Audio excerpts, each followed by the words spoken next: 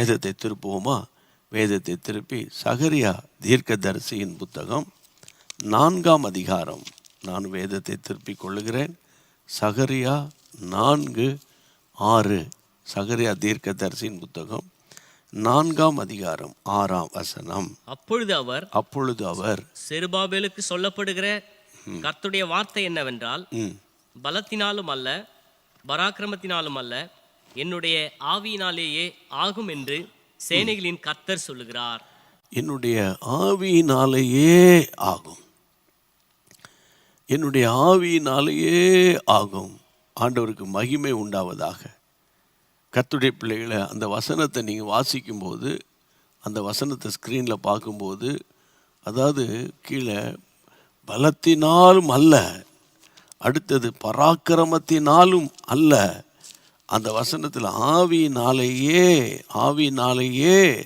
அந்த வார்த்தையில் தமிழில் அதை நம்ம வாசிக்கும்போது உச்சரிக்கும்போது ஆவியினாலேயே என்ற வார்த்தையை நீங்கள் மறந்து போகக்கூடாது. ஆகும் என்று சேனைகளின் கர்த்தர் சொல்லுகிறார். அப்போ இன்றைக்கி தேவனுடைய பிள்ளைகளை, இந்த பரிசுத்த ஆவியின் நிறைவு உங்களுக்குள்ளே ஏற்கனவே இருக்கிறது. அபிஷேகம் பெற்றவங்களுக்கு சொல்கிறேன், எவ்வளோ வயது முதியவராக இருந்தாலும் ஒரு முறை பரிசுத்த ஆவியின் நிறைவுக்குள்ளே வந்துட்டீங்கன்னா, ஆவியானவர் உங்கள் மேல் தங்குகிறார், உங்கள் மேல் வந்து அமர்கிறார். எங்கே இருக்க அமர்கிறார்னு அப்போஸ்தலர் 2ஆம் அதிகாரம், அவர்கள் நம்ம அந்த அபிஷேகம் வந்து இறங்கிச்சு இல்லையா, முதல் 2 வசனங்களில் அந்த வசனத்தை வாசிப்போம். அப்போஸ்தலர் நடபடிகளின் புத்தகம் 2ஆம் அதிகாரம் 2ஆம் வசனம். அப்பொழுது பலத்த காற்றடிக்கிற முழக்கம் போல வானத்திலிருந்து சடிதியாய் ஒரு முழக்கம் உண்டாகி அவர்கள் உட்கார்ந்திருந்த வீடு முழுவதையும் நிரப்பிற்று. அடுத்த வசனம்.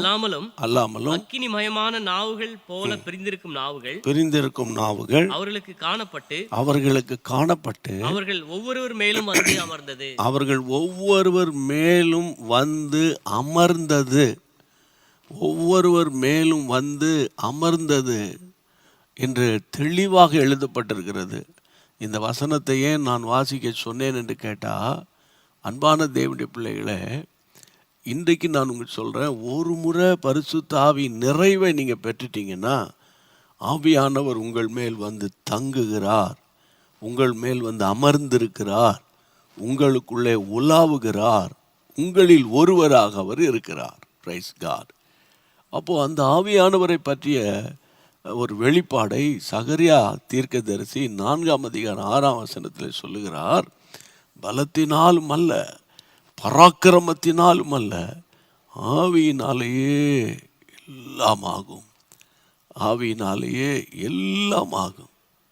அன்பான தேவனுடைய பிள்ளைகளே, உதாரணமாக பழைய ஏற்பாட்டு காலத்தில் யாத்திராகமத்தின் புத்தகம் 31ஆம் அதிகாரத்தில் நீங்கள் வாசித்து பார்த்தீங்கன்னா, 31, 2, 3 அந்த வசனங்களில் 4, 5 வசனங்களில் வாசிக்கிறோம். 2ஆம் வசனம் பாருங்க. நான் யூதாவின் கோத்திரத்தில் ஊருடைய மகனாகிய ஊரியின் குமாரன் பெத்லெயேலை பெயர் சொல்லி அழைத்து வினோதமான வேலைகளை அவன் யோசித்து செய்கிறதற்கும் பொன்னிலும் வெள்ளியிலும் வெண்கலத்திலும் வேலை செய்கிறதற்கும் ரத்தினங்களை முத்திரை வெட்டாக வெட்டி பதிக்கிறதற்கும் மரத்தில் சித்திர வேலைகளை செய்கிறதற்கும் மற்றும் சகலவித வேலைகளையும் யூகித்து செய்கிறதற்கும் வேண்டிய ஞானம் புத்தி அறிவு அவனுக்கு உண்டாக அவனை தேவ ஆவியினால் நிரப்பினேன். அவனை தேவனுடைய ஆவியினாலே நான் நிரப்பினேன், தேவ ஆவியினாலே நிரப்பினேன். அப்போ தேவ ஆவியினாலே பெத்லெயேல் நிரப்பப்பட்டதுனால தான் அவன் வந்து வினோதமான வேலைகளை, விசித்திரமான வேலைகளை யூகித்து செய்யவும் வேண்டிய ஞானம் புத்தி அறிவு அவனுக்குள்ளே வருகிறது. அப்போது ஆசரிப்பு கூடாரத்தில் வினோதமான வேலைகளை செய்கிறதுக்கு கர்த்தர் பெத்லெயேலை தெரிந்து கொண்டார். இந்த பெத்லெயேல் இவனுக்குள்ளே இப்படிப்பட்ட ஒரு ஒரு ஒரு ஒரு பரலோக ஞானமும் புத்தியும் அறிவும் வருகிறதுக்கு காரணம் என்னன்னு கேட்டால், அந்த வசனத்தில் 5ஆம் வசனத்தில் வாசிக்கிறோம், அவனை தேவ ஆவியினால் நான் நிரப்பினேன் என்று கர்த்தர் மோசேயை பார்த்து சொல்கிறார். அப்போ ஆண்டவர் சொல்கிறார், பெசலேயில் நான் ஆவியினால் நிரப்பினதற்கு ஒரு காரணம் இருக்கிறது. இந்த செய்தியை கேட்குறீங்கள, உங்களை பரிசுத்த ஆவியானவரால் நிரப்பினதற்கு, நீங்கள் அபிஷேகம் பெற்றதற்கு ஒரு நோக்கம் இருக்கிறது. உங்களை குறித்து ஒரு தெய்வீக திட்டம் இருக்கிறது. கர்த்தருக்கு மகிமை உண்டாகட்டும். கர்த்தருக்கு ஸ்தோத்திரம். அப்போ அதை நீங்கள் புரிந்து கொள்ளணும். உதாரணமாக கர்த்தருடைய பிள்ளைகளை 1 ராஜாக்கள் 19ஆம் அதிகாரம் 19ஆம் வசனத்தில் எலிசா இருக்கும் இடம் மட்டும் போய் 1 ராஜாக்கள் 19ஆம் அதிகாரம் 19ஆம் வசனத்தை பார்த்தீங்கன்னா, அவன் இருக்கும் இடம் மட்டும் போய் கீழே வாசித்தால், அவன் போய் அவன் மேல் தன் சால்வையை போடுகிறான். எலியாவின் நாட்கள் முடியும் போது கர்த்தர் எலிசாவை தெரிந்து கொள்ளும்போது எலிசாவை கொண்டு கர்த்தர் கிரியை செய்ய ஆரம்பிக்கிறார். உங்கள் எல்லாருக்கும் தெரியும், எலியாவை விட எலிசாவை கர்த்தர் 2 மடங்கு வல்லமையோடு பயன்படுத்தினார். காரணம், எலியாவின் மேல் இருந்த அந்த அபிஷேகத்தின் வல்லமை எலிசாவுக்குள்ளே வரும்போது 2 மடங்கு அவனுக்குள் இருந்தது. விசுவாசிக்கிறீங்க? அல்லேலூயா சொல்லுங்க.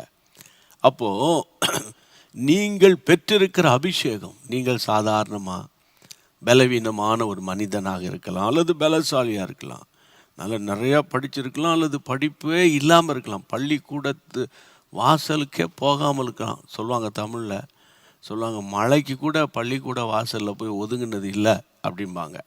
அப்படிப்பட்ட நபராக கூட இருக்கலாம். பைபிள் அறிவு, வேத அறிவு இல்லாமல் இருக்கலாம். கிறிஸ்தவ குறித்த ஒரு ஆழமான ஒரு அனுபவங்கள் இல்லாமல் இருக்கலாம். ஆனால் தேவன் உங்களை தொட்டிருப்பாரானால், நீங்கள் பரிசுத்தாவின் நிறைவு உங்களுக்குள்ளே இருக்குமானால், ஒன்று நீங்கள் புரிஞ்சு கொள்ளணும், உங்கள் மேலே ஒரு திட்டத்தை கர்த்தர் வைத்திருக்கிறார். என் அன்பு தேவனுடைய பிள்ளைகளே, உபாகமம் 34ஆம் அதிகாரம், உபாகமம் 34ஆம் அதிகாரம் 9ஆம் வசனத்தை கவனிங்க. 9ஆம் வசனம் என்ன சொல்லுகிறது பாருங்க. மோசே நூனின் குமாரனாகிய யோசுவாவின் மேல் தன் கைகளை வைத்தபடியினால் அவன் ஞானத்தின் ஆவியினால்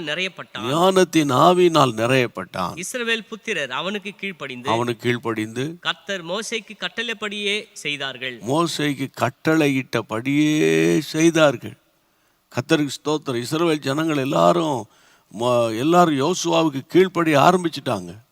எல்லாரும் யோசுவா மேலே நோக்கமாக இருக்கிறாங்க. எல்லாரும் யோசுவாவுக்கு கீழ்ப்படுகிறாங்க. மோசைக்கு எப்படி கீழ்ப்படிஞ்சாங்களோ அதே போல் யோசுவாவுக்கும் கீழ்ப்படுகிறாங்க. விஷயம் என்னன்னு கேட்டால், மோசே தன் கைகளை அந்த யோசுவா மேல் வைத்தபோது யோசுவாவுக்குள்ள ஞானத்தின் ஆவி இறங்கினார். கையை வைத்து ஆண்டவர் ஸ்தோத்திரம் பண்ணுங்க. அதனால தான் தலையில் கை வைத்து நம்ம ஜெபிக்கிறோம். சிலர் மேல் தோள்களில் கை வைத்து ஜெபிக்கிறோம். கரங்களை வைக்கும்போது கர்த்தர் தம்முடைய அபிஷேகத்தை ஜனங்களுக்குள்ள அளவில்லாமல் ஊற்றுகிறார். ஊழியர்கள், இதை நீங்கள் உங்கள் ஊழிய பாதையில் செய்யணும். விசுவாசத்தோடு உங்கள் உடன் ஊழியர்கள் மேலே உங்கள் கைகளை வைக்கணும். விசுவாசத்தோடு அபிஷேகத்தை ரிலீஸ் பண்ணணும். அப்போது கர்த்தர் உங்கள் மேலே அளவில்லாத அபிஷேகத்தை கர்த்தர் ஊற்றி தம்முடைய பரிசுத்த நாமத்தை மகிமைப்படுத்துவார். ஆமேன். அப்போது யோசுவா அடுத்த லீடர்ஷிப்குள்ளே யோசுவா வரணும். மோசேக்கு பிறகு கர்த்தர் யோசுவாவை தெரிந்து கொண்டார். யோசுவாவை கர்த்தர் பயன்படுத்தணும். லட்சக்கணக்கான ஜனங்களை மோசே எப்படி கஷ்டப்பட்டு இழுத்து கொண்டு வந்தாரோ, மோசே காலம் முடிகிறது. அந்த உபாகத்தோட கர்த்தருடைய பிள்ளைகளை நம்ம வாசித்தோம் இல்லையா, 34ஆம் அதிகாரத்தோடு மோசேயினுடைய சாப்டர் முடிகிறது. யோசுவாவின் காலம் ஆரம்பிக்கிறது. அப்போ யோசுவா கர்த்தருடைய பிள்ளைகளை ஞானம் இல்லாமல் இருந்தா, கிருபை இல்லாமல் இருந்தா ஜனங்களை எப்படி நடத்த முடியும்? அதனால தான் மோசே தன் கைகள் அவர் மேல் வைத்தார். ஞானத்தின் ஆசரிப்பு கூடாரத்தின் வேலைகளை செய்வதற்கு பெசலேல் மேலே கர்த்தர் தம்முடைய ஆவியை அளவில்லாமல் ஊற்றினார். ஆமென். எலியாவுக்கு பிறகு எலிசா தேவனுடைய சித்தத்தை நிறைவேற்றுவதற்கு எலியா தன்னுடைய சால்வையை கொண்டு போய் அவர் மேலே போடுகிறார். அப்போது அவர் மேல் அபிஷேகம் வந்து இறங்குகிறது. இதையெல்லாம் ஏன் நான் உங்களுக்கு சொல்லணும் அப்படின்னு கேட்டிங்கன்னா, பரிசுத்த ஆவியானுடைய வல்லமை எவ்வளவு விசேஷமானது பாருங்க, எவ்வளவு விசேஷமானது. அப்போ இன்றைக்கு கர்த்தருடைய பிள்ளைகளே, குயிக்காக சில வசனங்களை உங்களுக்கு சொல்லி உங்களை இந்த அபிஷேகத்துக்குள்ளே நீங்கள் வரணும். இங்கே பாருங்கள், நம்ம கஷ்டம், நம்ம பலவீனம், நம்முடைய தோல்வி, நம்முடைய இயலாமை, நமக்கு வரக்கூடிய சில பிரச்சனை, அது அவ்வப்போது வந்துட்டு போயிட்டு தான் இருக்கும். அதுக்கு பேர் தான் பாடுள்ள மனுஷன். எலியா யார்? எலியா பாடுபடாத மனுஷனா? நம்மை போல பாடுள்ள மனிதனாக இருந்தும் அவர் கருத்தாக ஜெபிக்க பழகினார். அதனால் அந்த பாடுகளையே நம்ம பார்த்துக்கிட்டு உபத்திரவத்தையே நம்ம ஃபோக்கஸ் பண்ணிக்கிட்டே இருந்தோம்னா உங்கள் மேலே நீங்கள் தேவன் வைத்த நோக்கத்தை நீங்கள் மறந்து விடக்கூடும். ஆரம்ப காலத்தில் கர்த்தர் உங்களை பரிசுத்த ஆவியினாலே நிரப்பினதினுடைய நோக்கம் என்னன்னு உங்களுக்கு தெரியும் அல்லவா? அதனால் இந்த ஆன்லைனில் நீங்கள் கேட்க ஏதோ பிரதர் டெய்லி பேசுவாங்க, டெய்லி அவங்க ஜெபம் பண்ணுவாங்க, அதை நான் நினைக்கிறேன் 1405 நாள் 6வது நாளாக போயிட்டுருக்குன்னு நினைக்கிறோம். அப்படி நீங்கள் பேசலாம். ஆனால் இன்றைக்கு தேவ சத்தம் உங்கள் காதில் விழுது. அபிஷேகம் பெற்ற நீங்கள் சாதாரணமானவர்கள் அல்ல.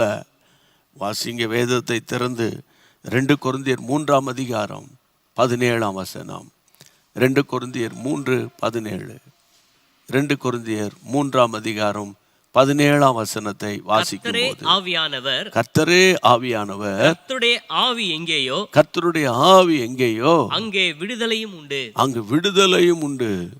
ஆவியானவர் எங்கே இருக்கிறாரோ அங்கே என்ன வந்துடும்? விடுதலை. There is liberty. அங்கே ஒரு விடுதலை வந்துடும். ஆமென். நீங்கள் சோர்ந்து போய் இருக்கிறீங்க, பரிசுத்த ஆவியினால் நிரப்பப்பட்ட ஒரு செய்தியை கேட்கும்போது உங்கள் உள்ளத்தில் ஒரு பெரிய விடுதலை வந்துடும். உங்கள் உள்ளத்தில் ஒரு பெரிய ஒரு தேவ பிரசன்னத்தினால நிரம்பும். ஆமாம், ஒரு கலக்கம், ஒரு பயம், இழப்புகளை குறித்து, கஷ்டங்களை குறித்து சோர்ந்து போய் இருக்கும்போது ஒரு தேவ மனிதனுடைய வார்த்தை அல்லது வேதத்திலிருந்து வாசிக்கிற வார்த்தை உங்கள் ஆத்துமாவை உயிர்ப்பிச்சிரும்.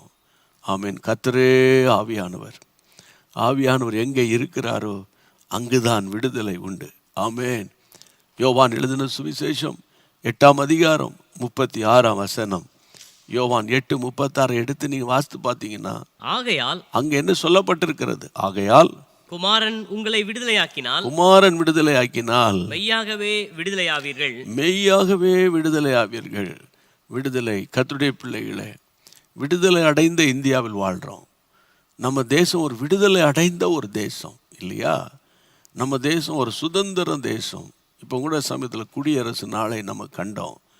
ஒரு சுதந்திர தேசத்தில், குடியுரிமை பெற்ற ஒரு தேசத்தில் வாழ்கிறோம். ஆனால் கர்த்தருடைய பிள்ளைகள், அநேகர் மேலே ஒரு சாப கட்டுகள் இருக்கிறது. அநேகர் மேலே ஒரு பாவ கயிறுகள் இருக்கிறது. பாவ கயிறுகளினால் பிசாசு அநேகரை கட்டி வைத்திருக்கிறான். அநேகருக்குள்ள பாவ சங்கிலிகள் இருக்கு. சில வீடுகளில் வியாதி மாறி மாறி மாறி மாறி வியாதி. ஒருத்தருக்கு போனால் இன்னொருத்தருக்கு போனால் வியாதி. ஆனால் இப்போது நான் உங்களுக்கு சொல்கிறேன், உங்கள் மேலே ஒரு அபிஷேகம் இருக்குல்ல. நீங்கள் பாஸ்டர் இல்லை, நீங்கள் எவாஞ்சலிஸ்ட் இல்லை, நீங்கள் ஊழியக்காரர் அல்ல, நீங்கள் ஆண்டவரை நேசிக்கிற ஒரு சகோதரன், ஒரு சகோதரி என்று வைத்து கொள்ளுங்கள். உங்களுக்குள்ளே இருக்கிற அதே ஆவியானவர் தான் எங்களுக்குள்ளே இருக்கிறார். எங்களுக்குள்ளே இருக்கிற அதே ஆவியானவர் தான் உங்களுக்குள்ளே இருக்கிறார். ஆனால் நீங்கள் என்ன செய்யணும்? உங்களுடைய ஆவியை அனல் மூட்டி, என்ன செய்யணும்? அனல் மூட்டணும். கர்த்தருடைய பிள்ளைகளே, ரோமர் 12ஆம் அதிகாரம், ரோமருக்கு எழுதின நிருபம் 12ஆம் அதிகாரம் 11ஆம் வசனம் பாருங்க. 11ஆம், அசதியாயிராமல் ஜாக்கிரதையாயிருங்கள், ஆவியிலே அனலாயிருங்கள், கர்த்தருக்கு ஊழியம் செய்யுங்கள். திரும்ப வாசிங்க. அதாவது ரோமர் 12:11 அசதியாராமல் ஜாக்கிரதையாயிருங்க, ஆவியில் எப்போவுமே அனலாயிருங்க, கர்த்தருக்கு ஊழியம் செய்யுங்க. இது யாருக்கு சொல்லுகிறார் பவுல்? ஊழியக்காரர்களாகி எங்களை பார்த்து சொல்கிறாரா? யாரை பார்த்து சொல்கிறார்? ரோமர் சபையை பார்த்து சொல்லுகிறார். ரோமர் சபையில் இருக்கிற உங்களை என்னையும் போல மக்களை பார்த்து சொல்கிறாரு. சாமானிய மனிதனை பார்த்து சொல்கிறாரு. நீ எப்போதுமே அசதியாக இருக்காத, ஜாக்கிரதையாயிரு. உன்னுடைய ஆவியில் எப்போதும் ஒரு அனல் இருக்கட்டும்.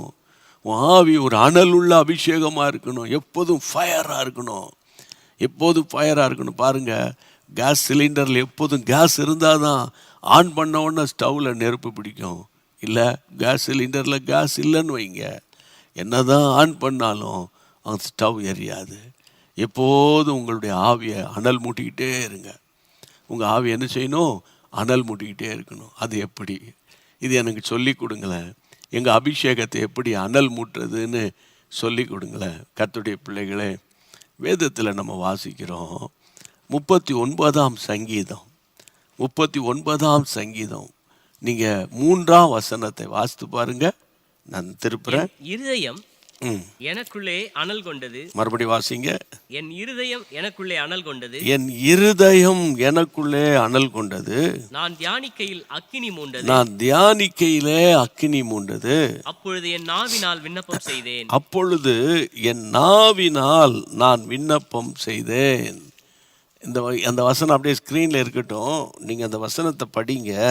கர்த்தருடைய பிள்ளைகளே, வேதம் சொல்லுகிறது, கர்த்தருடைய பிள்ளைகள், என் இருதயம் எனக்குள்ளே அனல் கொண்டது. நான் தியானம் பண்ணும்போது அக்கினி மூழ்கிறது. அப்போது நாவினால் 3 காரியம் இருக்குது. அனல் கொண்டது, அக்கினி மூண்டது, நான் நாவினால் அப்புறம் ஜெபம் பண்ணினேன்னு அர்த்தம். அனல் கொண்டது, அக்கினி மூண்டது, ஜெபம் பண்ணினேன். அதாவது இதனுடைய அர்த்தம் என்ன தெரியுமா? என்னை கவனிங்க.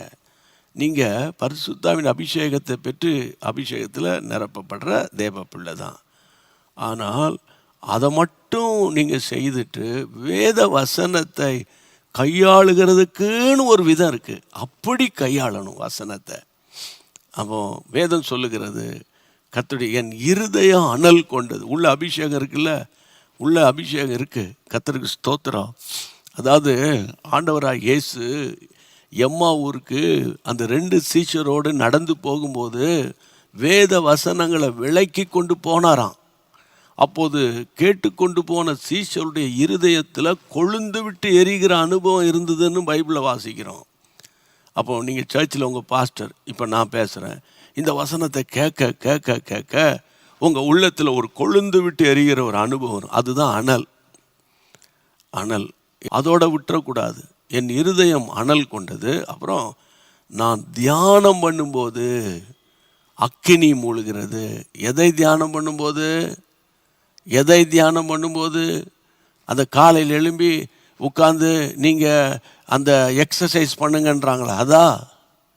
அல்லது நீங்கள் மூக்கை பிடிச்சிட்டு கொஞ்சம் மூச்சு விடாமல் இருந்து அப்புறம் மூச்சு விடுங்கன்றாங்களா அதா? அல்லது அமைதியாக உட்கார்ந்து கொண்டு இருக்கிற அந்த தியானமா? அது உலகத்துக்கு அடுத்த உலக பிரகாரமான நிறைய காரியம். ஆனால் தியானிப்பது என்பது வேத வசனங்களை ஆராய்ந்து பார்ப்பது. Meditate the word of God. Meditation அது வேத வசனங்களை ஆராய்ந்து பார்ப்பது. அப்போ ஒன்று நீங்கள் ஜெபிக்கிற பிள்ளையாக இருக்கணும்.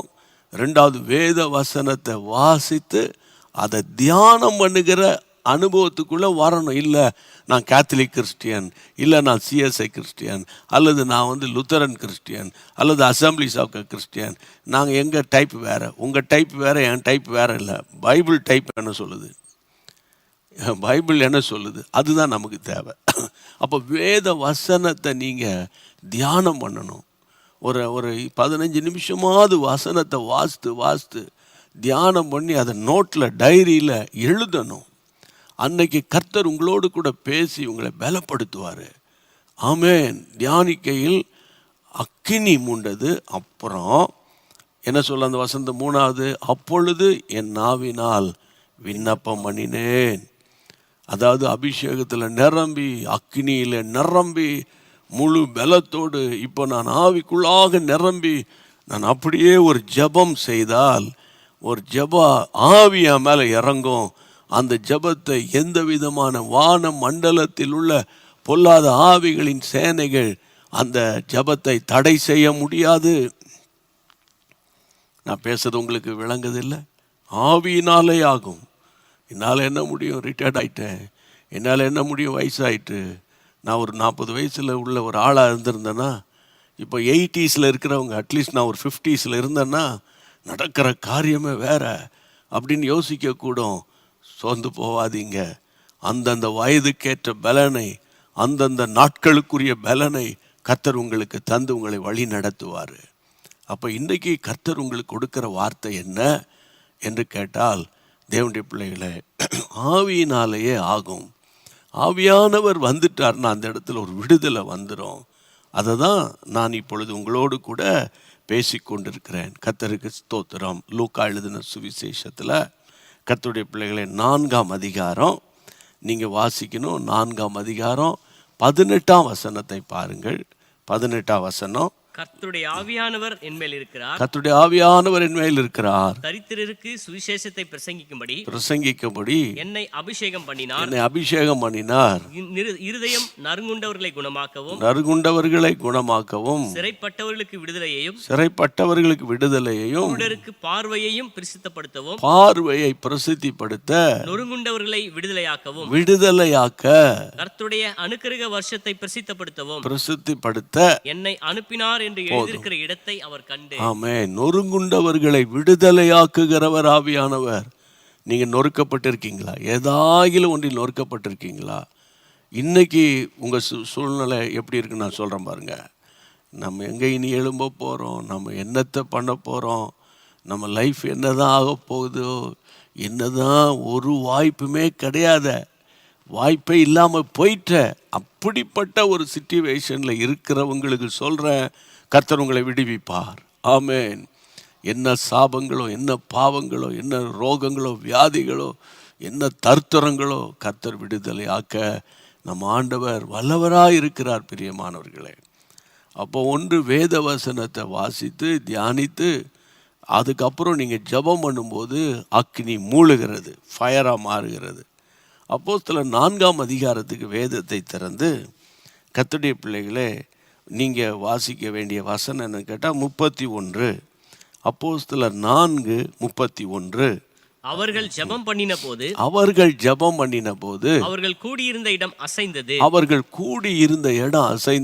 அவர்கள் எல்லாரும் பரிசுத்த ஆவியினாலே நிரப்பப்பட்டு தேவ வசனத்தை தைரியமாய் சொன்னார்கள். ஆமென். கூடி ஜெபிக்கும் போது அனல் மூழுகிறது. கூடி ஜெபிக்கிற ஜெபம் என்னை கவனிங்க. கூடி ஜெபித்தல் தனி ஜெபம் வேற, கூட்டு பிரார்த்தனை வேற. இப்போது கொஞ்ச காலத்துக்கு முன்னால் ஒரு சின்ன ஜெபக்குழுவை நம்ம உருவாக்கினோம். அந்த ஜெபக்குழுக்கள் இன்னும் செயல்பட்டு வருகிறது. அதை நினைத்து நான் கர்த்தருக்கு நன்றி சொல்கிறேன். ஒருவேளை நீங்கள் மட்டும்தான் ஜெபிக்கிறீங்கன்னு வைங்களேன், எனக்கு ப்ரேயர் பார்ட்னரே இல்லை அப்படின்னா நீங்கள் என்ன பண்ணுங்கள், உங்களுக்கு தெரிந்த விசுவாசிகளை ஒரு 4-5 பேரை கூட்டி நம்ம தேசத்துக்காக வாரத்துக்கு ஒரு முறை ஜெபம் பண்ணலாமா அப்படின்னு நீங்கள் ஜெபிங்க. உங்களை உறவினர்களாக ஜூமில் கூடி நீங்கள் ஒரு சின்ன ஒரு ஜெபக்குழுவை உருவாக்குங்க. டைமை வேஸ்ட் பண்ணாதீங்க. ரிட்டையர்ட் ஆகிட்டீங்க, கணவன் மனைவி சும்மா தான் இருக்கிறீங்க, அல்லது ஒய்ஃப் இறந்துட்டாங்க, நான் மட்டும்தான் இருக்கிறேன், நீங்கள் ஒரு ஜெப ஊழியத்தை தொடங்கணும். ஆமென். அது எப்படிலாம் எனக்கு தெரியல பிரதர், நீங்கள் எங்கிட்ட கேளுங்க, நாங்கள் உங்களை கைட் பண்ணுவோம். நீங்கள் கூடி ஜெபிக்கணும். ஆமென். ஆண்டவர் சொன்னார், இந்த பூமியில் 2 பேராவது 3 பேராவது என் நாமத்தினால கூடி வந்தால் அவர்கள் நடுவில் நான் இருக்கிறேன்னு சொன்னது ஞாபகம் இருக்கா உங்களுக்கு? மத்தேயு 18ஆம் அதிகாரம் 18-19 வசனங்கள் அது இருக்குது அல்லவா? அப்போ வசனத்தின்படி நீங்கள் ஒரு சின்ன ஒரு ப்ரேயர் டீமையே உருவாக்கக்கூடாது. உங்கள் வீடு ஏன் ஜெப கூடாரமாய் மாறக்கூடாது? ஒருவேளை யாருக்குள்ளே இந்த ஏவுதல் வருதோ உடனே 7200250636 ஒரு மெசேஜ் அனுப்புங்க. எங்கள் வீட்டுக்குள்ளே ஒரு ஜெபக்குழுவை நாங்கள் உருவாக்க விரும்புகிறோம்.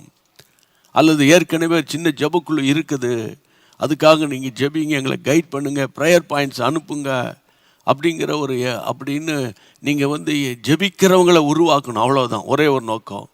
ஜெபிக்கிறவங்கள் உருவாக்கப்பட்டால் அவர்கள் போகிற சபை ஜெப ஆவியினால் நிரப்பப்படும். ஆமென். ஆண்டவருக்கு மகிமை உண்டாவதாக. அதனால் நீங்கள் சோர்ந்து போகக்கூடாது. இப்போ நம்ம ஜெபிக்க போகிறோம். உங்கள் மேலே இருக்கிற அந்த ஆவி சாதாரணமானது அல்ல. நீங்கள் சாதாரணமானவங்க, நான் சாதாரணமானவன். ஆனால் உங்களுக்குள்ளே இருக்கிற ஆவி, எனக்குள்ளே இருக்கிற ஆவி வல்லமை உள்ளவர். ஆமென். வல்லமை உள்ளவர், மகிமையான காரியங்களை செய்கிறார். பாருங்க, கர்த்தருடைய பிள்ளைகளை, மரியாளுக்குள்ள தன்னுடைய இனத்தாளாகி எலிசபெத்துக்கு குழந்தை பாக்கியம் கிடைச்சிருக்குன்னு சொல்லும்போது, கர்த்தருடைய பிள்ளைகளை சுமார் 4 நாள் ட்ராவல் பண்ணாதான் அந்த மலை நாட்டுக்கு போக முடியும். அவள் ட்ராவல் பண்ணி போய் மரியாளம்மா போய் எலிசபெத்தை போய் பிளஸ் பண்ணி சந்தோஷம் பண்ணி அவளை கிரீட் பண்ணுறா, வாழ்த்துகிறாள். வாழ்த்தின உடனே அந்த வாழ்த்துதல் நேராக எலிசபெத்தினுடைய சிந்தைக்கு போய் அவருடைய சரீரத்துக்குள்ளே போய் வயிற்றுக்குள்ளே இருக்கிற பிள்ளைக்குள்ளே போய் பிள்ளை துள்ள ஆரம்பிச்சிட்டு அந்த வாழ்த்துதல் கேட்ட உடனே அது அனாயிண்டிங். ஆமேன். ஆண்டவருக்கு மகிமை உண்டாகட்டும். சொந்து போயிடாதீங்க. சரியா? நான் ஏழை இருந்துட்டு போகிறீங்க, கர்த்தருடைய ஆவியானவர் உங்களை பயன்படுத்தக்கூடும். சரியா? உங்கள் ஊருக்கு, உங்கள் கிராமத்துக்கு, உங்கள் சபைக்கு, உங்கள் ஏரியாவுக்கு, ஏன் உங்கள் ஸ்ட்ரீட்டில் கர்த்தர் உங்களை பயன்படுத்தக்கூடும். உங்களை யாரையும் நீங்கள் அற்பமாக நினைக்காதீங்க. ஜெபமனோமா நம்ம தலைகளை தாழ்த்தி உங்களுடைய தெய்வீக பிரசன்னத்தில் இருந்து உங்களுடைய பிள்ளைகளுக்கு நான் சொன்ன இந்த ஜீவனுள்ள வசனங்களுக்காய் கோடி ஸ்தோத்திரம். உங்களுடைய அன்பின் கரத்தில் ஒப்பு கொடுத்து ஜெபிக்கிறேன். இன்றைக்கு ஆவியானவர் பலமாக இறங்கி உங்களுடைய பிள்ளைகள் ஆவி ஆத்துமா சரீரத்தில் ஒரு பரிபூர்ண விடுதலையும் சுகத்தையும் சமாதானத்தையும் தெளிந்த புத்தியும் மன ஆறுதலையும் தேர்தலையும் ஜெயமுள்ள ஒரு வாழ்க்கையும் கர்த்தர் கட்டளையிடுவீராக. அவருடைய மன விருப்பங்கள் எல்லாம் நிறைவேறட்டும். உங்களுடைய பரிசுத்த நாம மகிமைப்படட்டும். இன்றைக்கு இரவு அதிகமாக ஜெபிக்கணுங்கிற ஒரு ஜெபாவி நம்முடைய பிள்ளைகள் மேல் ஊற்றுவீராக. கர்த்தர் இந்த ஜெபத்தை கேட்டு பதில் அளிக்கிற மகா பெரிய கிருபைக்காக ஸ்தோத்திரம். கர்த்தருக்கு ஸ்தோத்திரம்.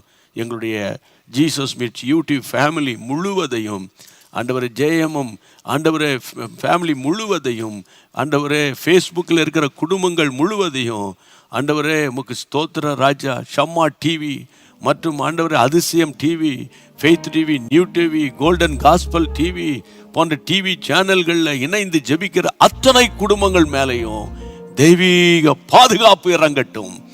பொல்லாத பிசாசின் கிரியைகளை அழித்து நாங்கள் ஜெபிக்கிறோம். தேவ மகிமை வெளிப்படட்டும். உமக்கே மகிமை உண்டாகட்டும். ஜெபத்தை கர்த்தர் கேட்டு நீர் பதில் அளிக்கிற மகா பெரிய கிருபைக்காக ஸ்தோத்திரம். உமக்கே மகிமை உண்டாகட்டும். கர்த்தருக்கு ஸ்தோத்திரம். இம்மட்டு நடத்தின தேவன் இனிமேல் நடத்தி இந்த நாமத்தை மகிமைப்படுத்தும். ஆண்டவருடைய நாம மகிமைப்படட்டும். மாலை உமக்கு ஒருவருக்கே மகிமை உண்டாகட்டும். இயேசு கிறிஸ்துவின் நாமத்தில் ஜெபிக்கிறோம் எங்கள் பரிசுத்தமுள்ள நல்ல பிதாவே. ஆமென். Praise God. என் ஆத்துமாவே கர்த்தரை ஸ்தோத்திரி, என் முழுமே அவருடைய பரிசுத்த நாமத்தை ஸ்தோத்திரி. என் ஆத்துமாவே கர்த்தரை ஸ்தோத்திரி. கர்த்தர் செய்த சகல உபகாரங்களை மறவாதே. ஆமென். Praise God.